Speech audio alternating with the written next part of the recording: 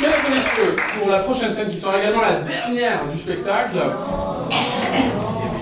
nous allons faire une contrainte à nouveau, nous allons faire une histoire alternée. Dans cette contrainte, les deux comédiennes, ne pourront parler que si je les désigne. Et dès que j'arrête de les désigner, ils ou elles doivent s'arrêter immédiatement et le comédien ou la comédienne suivante doit reprendre à l'endroit précis où la personne précédente s'est arrêtée. Est-ce que c'est clair pour vous? Oui. Vous allez comprendre très vite. Pourriez-vous me donner un métier, s'il vous plaît? Proctologue. Proctologue, merci, monsieur. Danseuse étoile, excellent. Nous allons prendre danseuse étoile et un adjectif qui n'a rien à voir avec danseuse étoile. Rigide. C'est pas faux, mais... Gracieuse.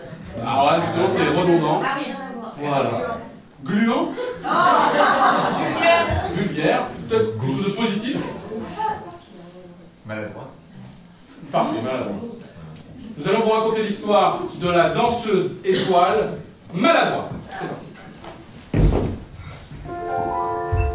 Tatiana a 19 ans. C'est une danseuse étoile. Depuis Maintenant 10 ans, elle travaille sous la coupole, au niveau de l'espace de répétition. Elle peaufine ses entrechats, ses petits pas, mais elle est maladroite. Chaque fois qu'elle lance sa jambe, celle-ci cogne celle de gauche et de droite. Et elle tombe.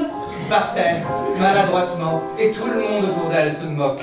Et le maître de danse, lui, est très austère, très méchant. Il lui dit, Tatiana, tu es maladroite.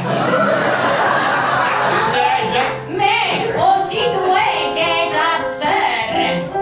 Car oui, la sœur de Tatiana était une danseuse étoile réputée. Elle avait gagné maintes prix.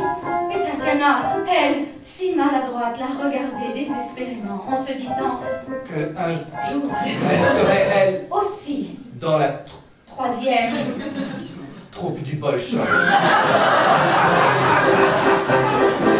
Elle répétait nuit et jour, afin de soigner sa maladroiture. Elle faisait des petits pas, puis des entrechats, et des petits sauts, et chaque fois qu'un pas de bourrée arrivait, elle criait. Allez, vas-y! Tu peux le faire! Tu m'as dit! Maintenant! Elle poussait en chantant, et ce chant lui redonnait un peu de courage et de droiture. C'est là qu'elle trouvait une petite dure sur son chausson. Il était mal. Malgré tout là, ce petit point qui lui faisait mal l'eau pied. C'était donc ça. Le talent. Avoir le pour être forte. Aussi forte que ça. Seule. Elle repensait à son maître de danse.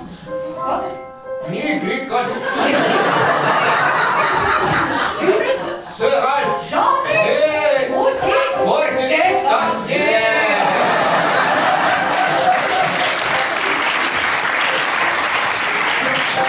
Mais il y a en toi quelque chose qui peut définitivement la vibration. Ce petit mal l'adresse, à force de grandir, deviendra ta faute. Ça toi. Alors Tatiana ne toucha pas son chausson. Et elle se mit à danser maladroitement. Mais de plus en plus, elle avait le courage de le faire. En plusieurs étapes, elle traversa toutes ses limites. Et de sa maladresse surgit une grâce inconditionnelle et incompréhensible.